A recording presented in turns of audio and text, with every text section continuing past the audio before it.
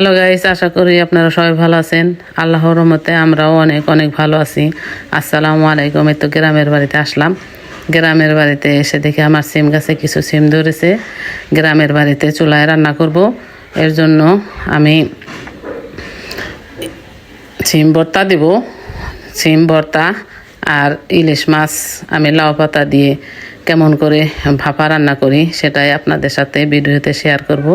আমার ভিডিওটি ভালো লাগলে লাইক কমেন্ট শেয়ার করে দিবেন। এই তো আমি রান্নার জন্য সব কিছু তুলে নিতেছি।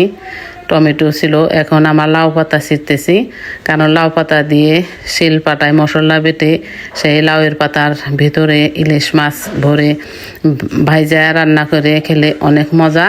তা তো চুলার রান্না তো আরও মজা। এই তো আমি এইভাবে চুলায় রান্না করতেছি। দেখুন আমার ভাত বসিয়ে দিয়েছি, ভাতে টমেটো সিম এগুলো ভর্তা দিলাম।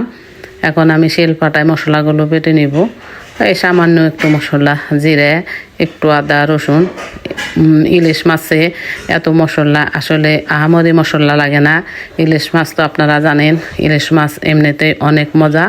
যেভাবেই রান্না করে খান ইলিশ মাছ সেভাবেই অতুলনীয় হয়ে যায়। ইলিশ মাছ দিয়ে ভাত যেন এক প্লেটের জায়গায় সবাই 2 প্লেট খেয়ে ফেলে, এইরকমই আসলে মজা। এর জন্য আমি পাটায় মশলা বেটে নিতেছি। পাটায় মশলা গ্রামের বাড়িতে রান্নায় মানে পাটায় মশলা বাটা। পাটায় মশলা না বেটে গ্রামে রান্না যেন আসলে পরিপূর্ণ হয় না। এর জন্য পরিশ্রম কষ্ট হলেও পাটায় একটু মশলা করে তারপর আমি এই মাছ রান্না করব। রান্না করে খাওয়ার ভিডিও আপনাদের সাথে শেয়ার করব।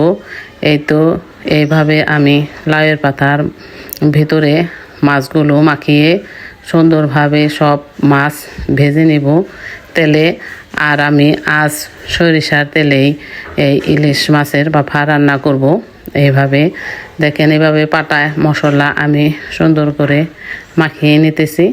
মাখিয়ে নিয়ে এই তো লাউ পাতার ভিতরে, আসলে গাছের লাউ পাতা কন সিম কন একটি টমেটো গ্রামের এগুলোই খাবার জন্য অনেক সেরা। এর উপরে কোনো খাবারই হয় না। এইভাবে আমি মাছগুলো সব পিসগুলো সুন্দর করে মাখিয়ে নিব। দেখেন তো এইভাবে আমি সব মাছগুলো পিস এইভাবে করে করে মাখিয়ে তারপর তেলে ভেজে নিব। এইভাবে সুন্দর করে কড়াইতে তেল দিয়ে দিতেছি। আগুনের রান্না দেখেন, আগুন কিভাবে জ্বলে, খড়ির আগুন এরকমই। এই তো দেখেন কড়াইতে আমি সবগুলো দিয়ে দিতেছি। এইভাবে ভেজে নিব মাছগুলো। কড়াইয়ের মধ্যে অনেক তাপ লাগে, দেখুন আমি আস্তে আস্তে সুন্দর করে দিয়ে রান্না করতেছি।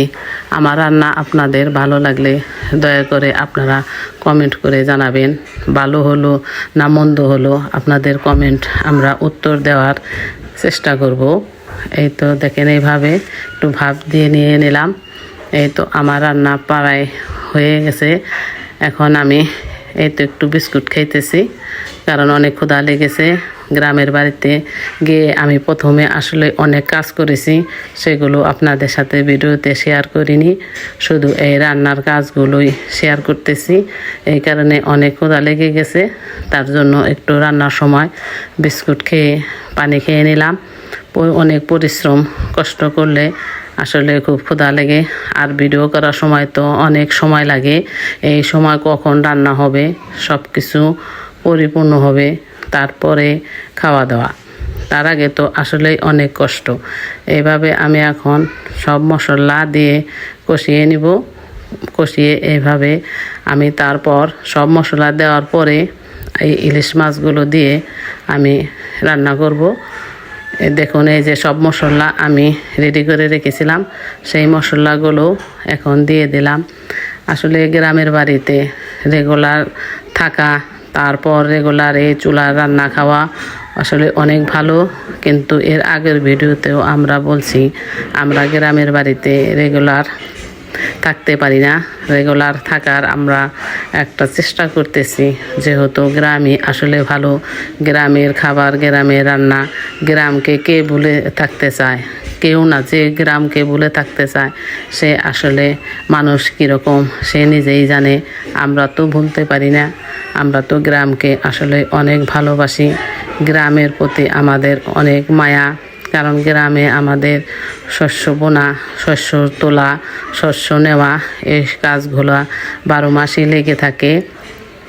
আমরা সব সময় গ্রামের মাঝেই থাকি, এর জন্য আমরা গ্রামের মায়া আসলে ভুলতে পারি না। এই দেখুন আমি সুন্দর করে বাটিতে বেড়ে নিয়েছি। এখন অনেক কাজ করার পরে, অনেক সময়ের পরে এখন ভাত খাবো। সেই মজার ইলিশ মাছের তরকারি আর আমার হাতের এই তো ভর্তা আর ইলিশ মাছের তরকারি দিয়ে ভাত খাবো। এখন সেটা আপনাদের সাথেই শেয়ার করব। দেখেন কি সুন্দর কালার হয়েছে। এরকম চুলা রান্না আসলে তরকারি অনেক সুন্দর কালার আসে আর অনেক মজা হয়। মজার জিনিস খেতে আসলে অনেক ভালো লাগে। আপনাদের জন্য আমার অনেক দোয়া রইল, আমাদের জন্য দোয়া করবেন। আমরা যেন আরও এরকম গ্রামের সুন্দর সুন্দর ভিডিও দিয়ে আপনাদের সাথে থাকতে পারি। আসলে আপনাদের অনেক ভালোবাসা আমি পেয়েছি। আপনাদের অনেক ভালোবাসা না পেলে আমি আসলে এত পরিশ্রম, এত দূর আসতে পারতাম না। আপনাদের অনেক অনেক ভালোবাসা আমাকে আরও অনেক উৎসাহিত করেছে। এর জন্য আপনাদের সাথে আমার ভিডিও যেরকমই হোক আমি সেরকমভাবেই আপনাদের সাথে শেয়ার করি। ভালো থাকবেন। আল্লাহ।